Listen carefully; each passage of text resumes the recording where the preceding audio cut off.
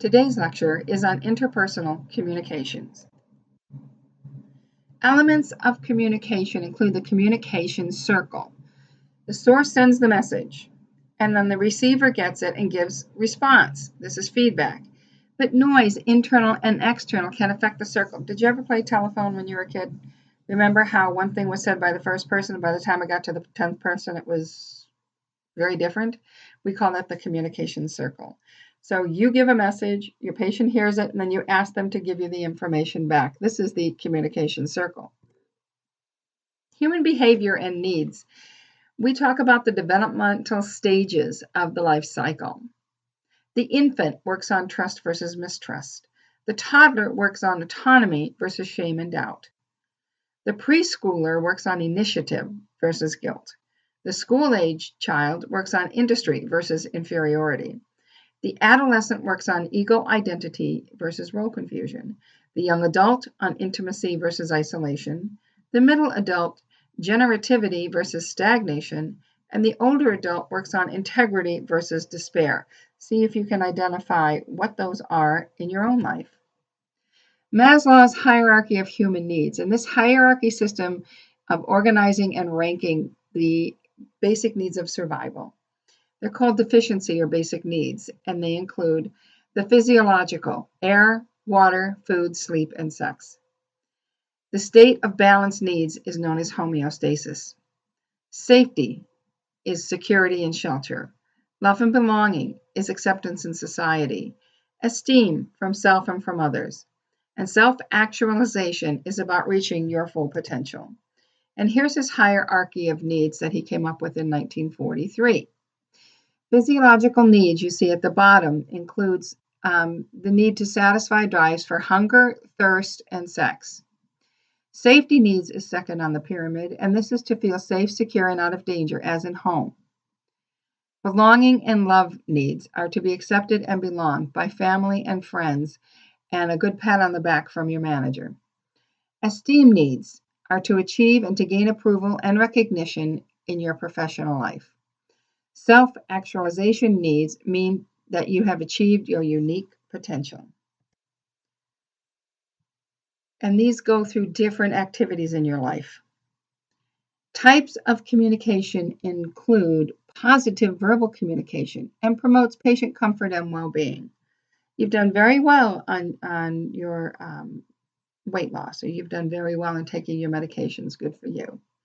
Negative verbal communication is about mumbling or speaking sharply and interpreting or rushing through an explanation as if you don't have time for the person. Whether it's at home, here at school, or in your work life, your private life, we like to hear positive verbal communication over negative. Nonverbal communication is also known as body language. Facial expressions are the most expressive.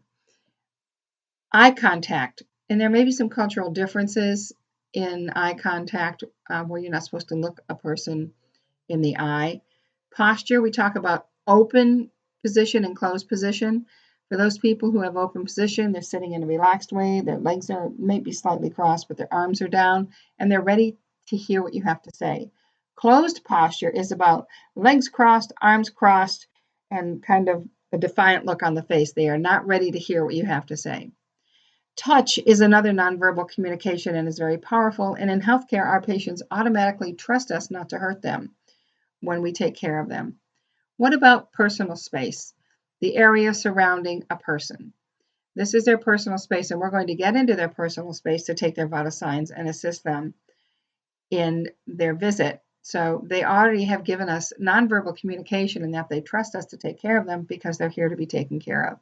Please be aware of nonverbal communication, as well as positive and negative verbal communication. How do we improve our communication skills? Listening skills. We have passive listening, where you just kind of hear whatever is being said. And we have active listening, where you hear what's being said and you respond to what's being said. And improve listening skills. Our picture says, "Look at me when I'm talking to you." It's an excellent picture. How do we improve listening skills? We prepare to listen. Do we know why the patient's here today? And we don't pretend to listen. We listen. We maintain eye contact with our patient while they're speaking to us. And we pay attention to personal space. If you don't need to be in their personal space, you back up and stay out of it. Please think before speaking. Your patient could be telling you, I've been in pain for 4 days and I don't know what's going on, and you need to stop and think before you say anything. We need to provide feedback or to ask questions. So if we're explaining a procedure to a patient, we need to say, could you explain that back to me? I want to make sure that I've given you the right information and that you understand it. That's positive feedback. How about interpersonal skills? And these are used to interact with people. Warmth and friendliness, a sincere smile says it all. And empathy and understanding another's feeling without becoming involved in the feeling, which would be sympathy. Do we respect our patients? We avoid being judgmental. They're here, we don't decide if it's good or bad. We accept it and we respect it. How about genuineness, being real?